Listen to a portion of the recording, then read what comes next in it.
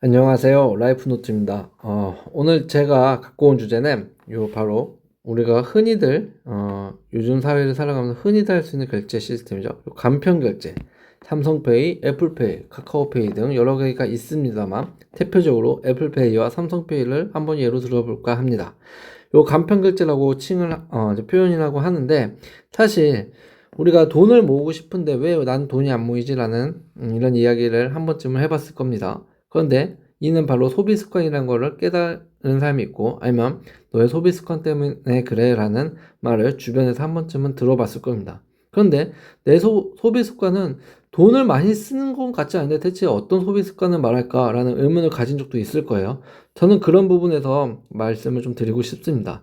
바로 그 부분은, 소비 습관이라는 거는 착각하는 게 소비 금액이라고 착각을 합니다. 그게 아니죠. 소비 습관이라는 거는 내가 많이 쓰든 적게 쓰든 다달이 매일같이 필요 없는 돈이 나가는 걸 소비 습관이라고 합니다. 그 중에 행동 이유 중에 하나가 저는 간편 결제라고 감히 말씀드리고 싶습니다.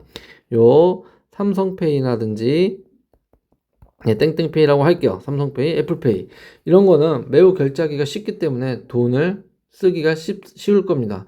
그냥 밀어서 혹은 비밀번호만 혹은 갖다 대기만 하면 쭉쭉쭉 결제가 이루어지기 때문에 쓰는 맛도 있고 재미도 있을 겁니다.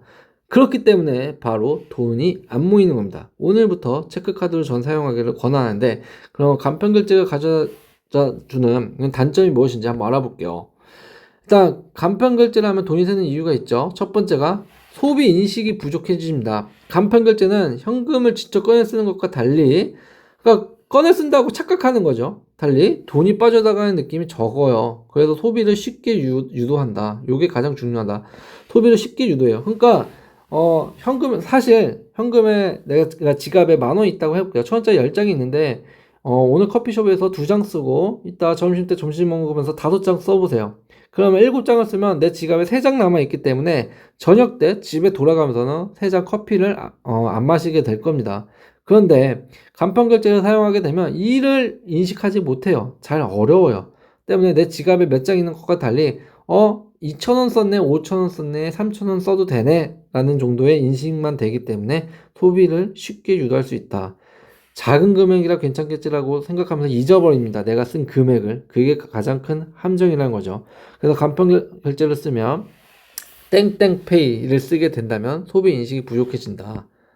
두 번째로는 자동 결제나 구독 서비스가 너무 쉽다. 우리가 흔히들 말하는 요 OTT, 넷플릭스나 뭐 여러 개 있죠. TV라든지 아니면 음악 스트리밍, 그리고 클라우드 저장 공간, 이런 게 정기 결제가 필요한 거죠. 그래서 간편 결제와 연결을 보통 해놓습니다. 간편 결제와 연결을 해놓으면 사용하지 않더라도 계속 매달 돈이 일정 부분 빠지죠.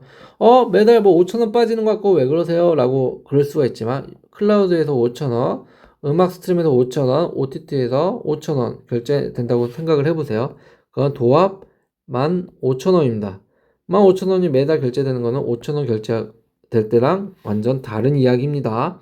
근데 그리고 요 OTT 음악 스트리밍 클라우드를 쓴다고 해도 솔직히 3개를 매일같이 쓰나요? 한 달에 한두 번, 네다섯 번 횟수로 놓고 보면 잘 안 쓰는 경우가 분명히 있을 거예요. 그런데도 해지를 하지는 않을 겁니다. 왜냐? 아까워서요. 그냥 냅두면 자동 결제가 되기 때문에 굳이 해지할 이유를 못 느끼는 겁니다. 그리고 이게 가장 크죠. 한번 설정하면 쉽게 잊어버린다. 그래서 필요 없는 구독료가 쌓이게 된다. 필요 없는 구독료 15,000원이 쌓이게 됩니다. 그렇기 때문에 간편결제 서비스를 하게 되면 돈이 새는 거죠. 세 번째로는 이런 소액 결제가 누적 효과가 생긴다는 거죠. 한 달에 1,000원, 5,000원 정도의 소액 결제를 너무 쉬워서 밀어서 결제를 하다 보면 한 달에 몇만 원이 금방 쌓이게 된다.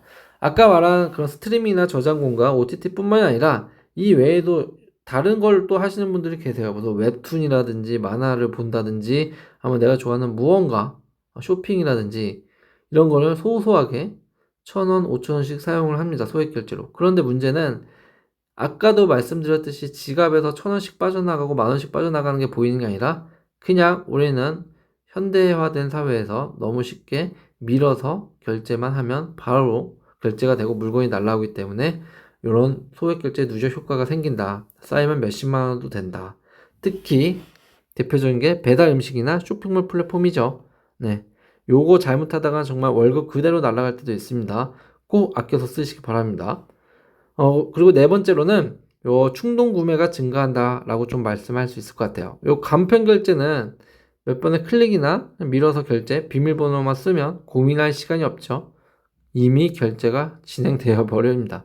그래서 이제 우리가 플랫폼, 쇼핑몰 플랫폼이나 이런 플랫폼에 들어가 보면 세일 크게 나오고 타임딜, 한정 판매 이런 게 계속 제 눈앞에서 아른거려요. 이런 마케팅 여기 쉽게 빠질 수 있다. 왜?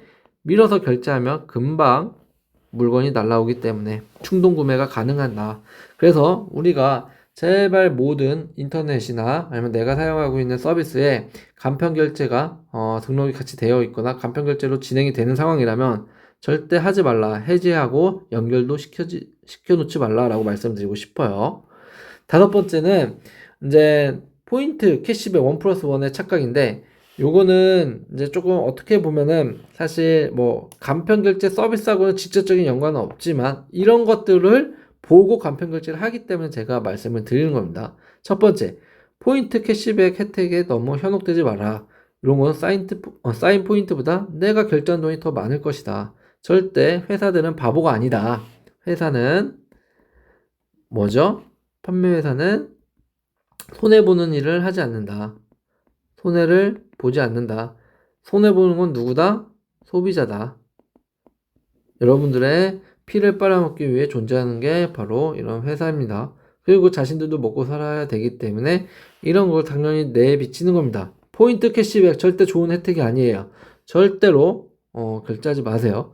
그리고 제일 젊은이들이 실수하는 것 중에 하나가 1+1의 착각입니다. 1+1에 행사하면 하나를 공짜로 더 준다고 생각을 해요.